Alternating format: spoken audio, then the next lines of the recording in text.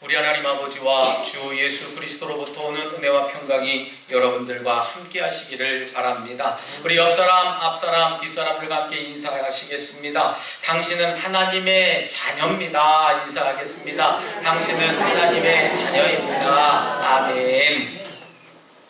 예루살렘으로 올라가는 그 길목에 여리고라고 하는 동네가 있습니다. 오늘 이제 예수님께서 이 여리고라고 하는 동네에 들어가시게 되는데 두 사람을 만나게 됩니다. 한 사람은 우리가 성경에서 함께 읽지는 않았지만 18장 35절부터 43절에 언급되는 앞을 보지 못하는 행인, 장애를 가진 바디메오라고 하는 사람의 이야기를 다루고 있습니다. 또 한 사람은 오늘 저와 여러분들이 함께 말씀을 본문을 읽은 그대로 세리장이라고 하는 삭개오라고 하는 사람을 우리가 만나게 됩니다. 이 삭개오를 많은 사람들이 오해하고 계시는 부분들이 있는데 이 삭개오는 이방 사람이 아닙니다. 이 삭개오는 분명히 유대인이었습니다. 초대교회 전승에 따르게 되면 이 예수님이 이제 가룟 유다의 배신을 받아서 십자가에 달려 돌아가신 다음에 부활을 하시지 않습니까? 또 부활을 하시고 나중에 승천을 하시게 돼요. 이 제자들이 이제 12명에서 11명으로 남게 되니까 사도행전에서는 이 한 명을 더 보충하기 위해서 한 사람의 사도를 제비를 뽑아서 선출하게 됩니다. 그 제비를 뽑아서 선택된 사람의 이름이 마띠아라고 하는 이름이 되는데요. 이 마띠아가 초대교회 전승에 따르면 삭개오다라고 하는 전승이 전해지고 있습니다. 그가 바로 삭개오라고 하는 이야기입니다. 또 이 삭개오는 나중에 가이사라 교회의 초대 감독이 되는 그 은혜를 입게 된다고 합니다. 이런 모습들을 가만히 보면 이 삭개오가 예수님을 만남으로 인해서 복음에 전혀 힘쓰는 사람이 되었음을 보게 됩니다. 이 바디메오와 삭개오, 이 두 사람은 사회적인 지위나 경제적인 형편에서 매우 대조적인 모습을 보이게 됩니다. 바디메오는 거의 장애를 입고 있었고 또 물질로도 부유한 사람이 못 됐습니다. 하지만 이 삭개오라고 하는 사람은 사회적인 지위가 세리장이었습니다. 세리 중에서도 우두머리였다라고 하는 것이지요. 또한 그 시대의 세리라고 하면 그 자기 재산을 많이 가지고 있는 그런 부유층의 사람이라고 평가하는 사람이었습니다. 그러나 주님 앞에서는요, 사회적인 지위나 경제적인 형편에 관계없이 이 두 사람은 모두 주님을 만나고 나서 구원받은 사람이 되었다라고 하는 것에 우리가 관심을 갖고 주목해야 될 말씀이라고 저는 생각합니다. 여러분, 오늘 본문에 소개되는 이 삭개오는 세리장이었고 또한 부자였다라고 성경은 이야기했어요. 당시 세리들은 유대인들에게 세금을 걷어서 로마에게 그 세금을 그대로 갖다주는 그런 일을 했습니다. 그뿐 아니라 국민들에게 과중한 세금을 매깁니다. 자기 기분이 좋으면, 나와 좀 관계가 좀 좋으면 적게 세금을 내도록 그 세금을 부과하고요. 나와 관계가 좋지 못하고 평소에 마음에 좋지 못한 그런 관계가 있는 사람이라면 그 세금을 아주 높게 쳤다는 것이지요. 그래서 많이 받게 되면 반은 로마에다 보내고 반은 내 것이 되니 얼마나 많은 불법과 부정이 있었겠습니까? 우리나라도 과거에 그랬었다라고 하지만 지금도 많이 있지만 많이 드러나지는 못하는 것을 보면 그나마도 많이 깨끗해져가는 나라가 되고 있음을 생각해 보게 됩니다. 사람들이 볼 때에 이 세리를 보면 얼마나 보기 싫었겠습니까? 아마 끔찍했을 거예요. 보기도 싫고 저런 부류의 사람과 말 섞는 것조차도 싫었을 겁니다. 아마 밥을 먹는 것 또한도 아주 굉장히 싫었겠지요. 자기 동족들에게 미움을 받으면서까지 이 삭개오가 세리의 일을 했던 이유가 도대체 뭘까 생각해 보면 돈 때문에 그렇다는 얘기입니다. 저와 여러분들도 돈 때문에 사람을 배신하는 경우가 얼마나 많아요. 돈 때문에 하나님께 예배를 멀리합니다. 돈 때문에 형제 자매 간의 그 우애도 잃어버리는 모습을 보게 됩니다. 돈 때문에 부모와 자식 간의 그런 모습도 아주 끊어지는 모습도 봤어요. 물질 때문에 말입니다. 미움을 받아도 물질이 부유하니까 자기는 그게 좋은 삶을 살아가는 것이라고 생각했던 겁니다. 돈은 많지만 마음속으로는 굉장히 불행한 사람이었습니다. 오늘 성경을 가만히 곱씹어 보면 삭개오의 성품이 나와 있고 삭개오가 마음속에 평소에 가지고 있었던 문제가 뭔가 생각해 보게 돼요. 물질은 많고 사회적인 지위와 권세는 있지만 마음속엔 굉장히 외로움을 가지고 있지 않았을까 생각해 봐요. 누군가가 자기 이름을 불러주기를 간절히 기대했습니다. 삭개오가 주님을 만나고 싶다는 생각했던 이유도 바로 이런 이유 아니었을까 저는 생각해 보게 됩니다. 그런데 문제는요, 삭개오에게는 문제가 여러 가지 있음을 발견하게 됩니다. 일단은 많은 사람들이 이 삭개오를 인정해 주지 않아요. 우리의 이웃이라고 인정해 주지 않습니다. 또 삭개오는 키가 작았다고 성경은 이야기하고 있습니다. 예수님께서 지나가시는 것을 보기 위해서 많은 사람들이 모여 있는데 그 군중들을 뚫고 들어갈 용기와 힘도 없었거니와 키가 커서 그들 위해서 예수님이 지나가시는 광경을 볼 수 없었다라고 하는 겁니다. 사람들에 둘러싸여서 우리 예수님의 얼굴을 볼 수 없었다는 거예요. 제가 키가 작아 보니까 이 키 작은 사람의 고충을 전 누구보다도 잘 압니다. 저보다 키 큰 사람들의 그 위치를 저는 서보질 못해 봤어요. 아마 키 큰 사람들은 잠깐 다리를 숙이면 제 키와 거의 맞먹게 이렇게 시각을 가게 했지만 저는 까치발을 떠도 그 키에 달하지 못합니다. 그래서 가끔씩 사다리나 의자의 높은 자리에 이렇게 올라가게 되면 내려오기가 싫어져요. 왜요? 위에서 밑을 이렇게 내려다보면 참 잘 보이기도 하고 시원해 보이기도 하고 공기가 달라요. 첫째, 얼마나 신선한지 모릅니다. 삭개오도요 이런 소문을 들었습니다. 예수님이 그 길을 지나가시는 그 길을 찾아가야 되겠다는 생각을 갖게 됩니다.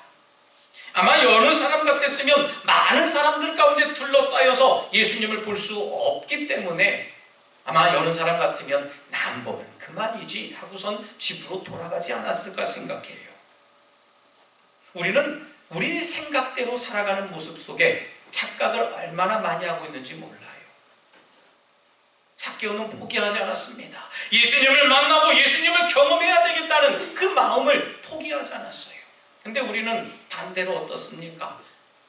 교회에 오다가 그만 신발을 잘못 신어서 넘어졌어요. 넘어지면 우리 생각하기엔 어떻게 해요? 아, 하나님이 나 교회 가지 말래나 보다. 이렇게 생각하시는 분들이 다반사입니다. 아, 넘어져도 내가 하나님께 달려가야지. 이건 사탄이 역사니까 이걸 물리치고 넘어가야지 하는 그런 생각보다도 아유, 오늘 넘어졌으니까 쥐라나 보다 라고 하는 생각들을 너무나 자연스럽게 하는데 문제라는 겁니다. 그건 포기가 아니고요, 하나님을 신앙하고 있지 못하기 때문에, 마음속에 하나님이 우선순위가 되지 못하기 때문에 내 삶을 드리지 못하는 겁니다. 이 삭개오는 제일 큰 돌무화과 나무를 찾았습니다. 그리고 그 나무 위에 올라가서 예수님을 봐야 되겠다는 아주 기발한 아이디어를 떠올리게 됩니다. 그리고 주님이 지나가시기를 그 위에서 쳐다보며 기다리고 있었어요. 우리 주님께서 지나가실 때에 뜻밖에도 나무 위를 보시면서 삭개오야 속히 내려와라 하십니다. 예수님이 삭개오의 이름을 아셨을까요? 모르실까요?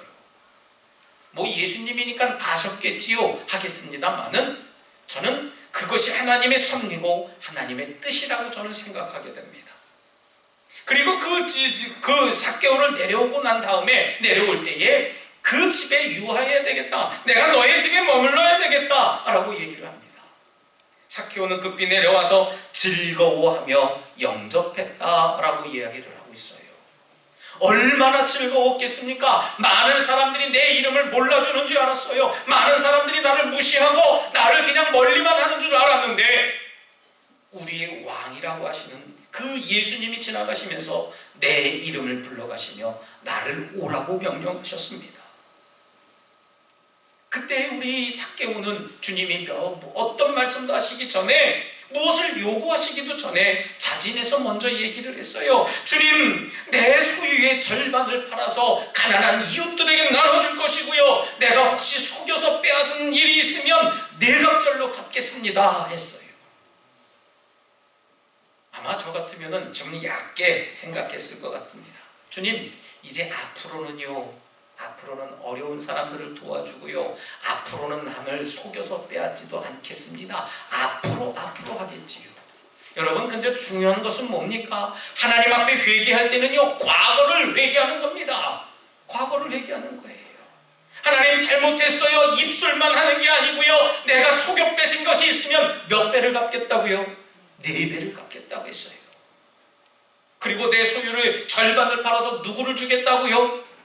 어려운 이웃을 돌봐주겠다 했습니다.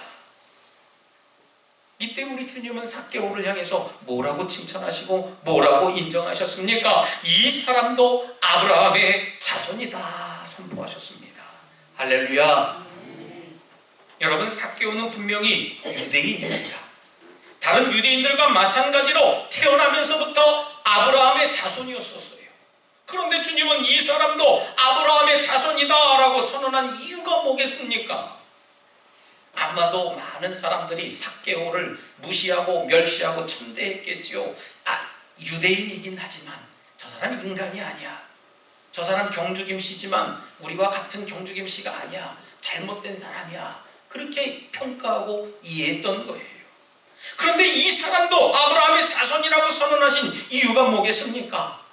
사람들이 인정하지 않아도 이제부터는 하나님의 자녀가 되는 권세를 누릴 수 있다, 하나님은 말씀하신 겁니다. 무엇 때문에 말입니까? 그의 직업 때문에 많은 사람들로부터 미움의 결과를 얻은 결과 아브라함의 자손임에도 아브라함의 자손이라는 평을 듣지 못했습니다. 그런데 이제는 하나님 앞에 무릎 꿇고 회개할 때에 예수 그리스도께서 이제 너도 아브라함의 자손이다 칭함을 받게 된 줄 믿습니다. 여러분, 아브라함의 자손으로 인정받으려면 저와 여러분들도 어떤 삶을 살아가야 되겠습니까? 유대인들은 모두 혈통적으로 아브라함의 자손이 됩니다. 유대인 가문에서 태어나면 자연적으로 인정받는 거예요. 그게 아주 자연적인 혈통적인 아브라함 자손입니다. 그리고 유대인의 전통적인 이름을 갖고 있으면 더 말할 나위 없이 아브라함의 자손이 돼요. 그런데 이 삭개오는 아브라함의 자손이라고 칭함을 받기보다는 오히려 동족인 유대인들에게 멸시당하고 천대당했어요. 아주 증오의 대상이 되었습니다. 그런 대접을 받게 된 동족들에게 세금을 거둬들이는데 로마에 바치는 직업이 그 직업이었다는 것이죠. 그래서 처음에는 그것을 이겨보려고 노력했지만 점점 더 동족들에게 험한 이야기를 듣고 험한 대접을 받게 되니까 더 동족들에게 악하게 굴지 않았나 저는 이해해 봅니다. 여러분, 돈의 힘 때문에 누구도 그를 함부로 대지 못했습니다. 권력 때문에 말이죠. 사람들은 그를 아브라함의 자손으로 인정하지 못했습니다. 삭개오도 이런 사실들을 알기는 알았지만 굉장히 자존심 상합니다. 혼자의 힘으로는 어찌할 바를 모르겠기에 반복해서 이 동족들을 괴롭히며 나갑니다. 세금을 걷어서 내가 이런 삶을 살고 있습니다. 겉으로는 부유하고 겉으로는 권력 있는 사람 같지만 속사람으로는 굉장히 외롭고 힘들고 연약한 사람이라는 것이죠. 유대인은 아브라함의 자손이라는 그 정체성을 증명하기 위해서 율법 준수가 아주 혈통만큼이나 중요합니다. 그들은 율법에 따라서 출생한 지 8일 만에, 난 지 8일 만에 할례를 받아야 됩니다. 그들은 할례를 받지 않은 사람들은 이방인이라고 취급하며 멸시하고 조롱하고 천대했어요. 율법 준수에 아주 자부심을 가진 사람 중에 하나가 바리새인들이라고 하는 겁니다. 그들은요, 다른 거 소용없습니다. 율법만 지키면 되는 줄 알아요. 율법만 지키면 되는 줄 알아요. 그냥 성경 몇 번 읽어라 그러면 몇 번 읽으면 탁 덮고선 자자, 그거예요. 읽는 목적을 모른다는 얘기입니다. 기도하자 했을 때 몇 분을 기도해야 되나요? 5분만 기도하자 그러면요, 착각 하면서 5분을 세는 겁니다. 5분만 기도하자 했으니까요. 여러분, 그처럼 율법이나 그 제도권 안에 들어있는 것을 이 바리새인들은 굉장히 지켰다고 하는 겁니다. 같은 유대인이라고 해도요, 율법을 지키지 않으면 우리 유대인이 아니다 하면서 많은 사람들과 상종하지 않으려고 했어요. 자신들이 제일 으뜸입니다. 죄를 지어도 율법을 지키면 그 사람은 올바른 사람이라고 평가할 정도였으니까 말이죠. 그들의 기준에서 세리나 죄인들은 아브라함의 자손이 절대 아니었습니다. 왜요? 율법에 어긋난 사람들이니까 말이죠. 무엇보다도 중요한 것은 율법을 지키는가. 이들에게 있어서 절대적인 관심사가 율법 그 자체에 있었던 겁니다. 그러나 우리 주님은 삭개오도 아브라함의 자손이라고 인정해 주시게 됩니다. 그가 아브라함의 혈통을 가지고 태어났기 때문에, 그가 온전히 율법을 지켰기 때문에 아브라함의 자손이라고 명하신 게 아니에요. 삭개오가 아브라함의 자손이라고 인정받을 수 있었던 유일한 한 가지는 하나님의 아들 예수 그리스도를 영접했기 때문인 줄 믿으시기 바랍니다. 할렐루야. 예수님을 영접했기 때문에 아브라함의 자손임을 칭함을 받게 된 거예요. 삭개오는요, 주님을 만나고 나서 과거의 잘못된 삶을 회개하고 하나님의 다스림을 따라서 살기로 결정하고 반응하고 다짐을 하게 됩니다. 우리가 미처 생각하지 못하는 것이 여기에 있습니다. 우리가 예수를 믿고 예수를 따르고 예수 그리스도의 말씀을 읽고 묵상하고 예배드리고 봉사하고 섬기는 것까지는 누구도 잘할 수 있어요. 아주 열심히 잘합니다. 그런데 정말 중요한 것, 그것을 우리가 자꾸 잊고 살아가고 있습니다.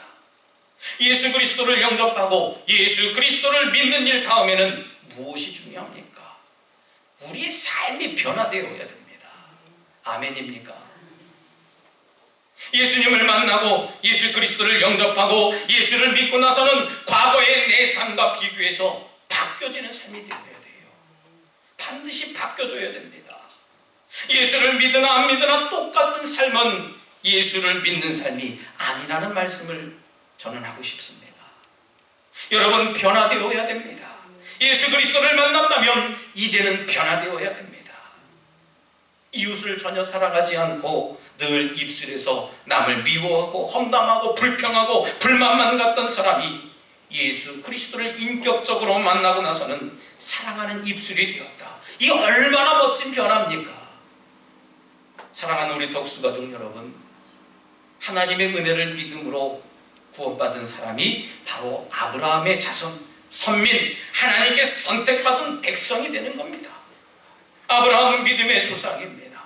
아브라함이 갖고 있었던 믿음을 가지고 있는 그런 사람들이라면 누구든지 약속의 자녀가 되는 것이고 누구든지 아브라함의 자손이 되는 줄 믿습니다.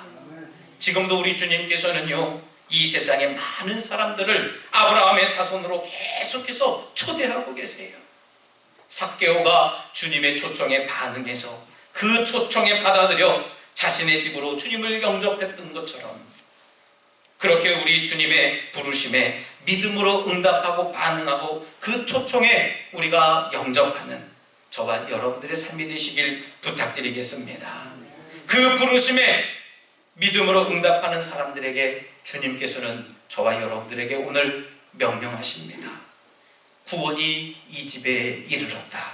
이 사람도 아브라함의 자손이다. 할렐루야. 우리 다 같이 함께 결단의 기도를 드릴 때, 주님, 우리가 신앙적인 아브라함의 자손이 되기를 원합니다. 주님의 초청에 반응하며 주님을 영접하게 하시고 주님을 온전히 믿고 의지하는 삶을 살게 하여 주시옵소서라고 잠시 결단의 기도를 드리겠습니다. 할렐루야. 사랑과 내가 충만하신 하나님, 저희들 삶 가운데에 하나님의 말씀 따라 살아갈 수 있도록 인도해 주시옵소서. 어제까지는 내가 죄인이었지만, 방금 전까지도 내가 죄인이었지만 예수 그리스도의 말씀을 영접함으로, 내 죄를 고백함으로 내가 하나님 앞에 하나님의 자녀가 되는 권세를 가질 수 있도록 인도하여 주시옵소서. 신앙의 혈통을 갖게 하여 주시옵시고 하나님으로부터 저희들 인정을 받는 거룩한 삶을 살아갈 수 있도록 아버지 인도해 주시옵소서. 신실하신 하나님 바라보며 나아가게 합니다.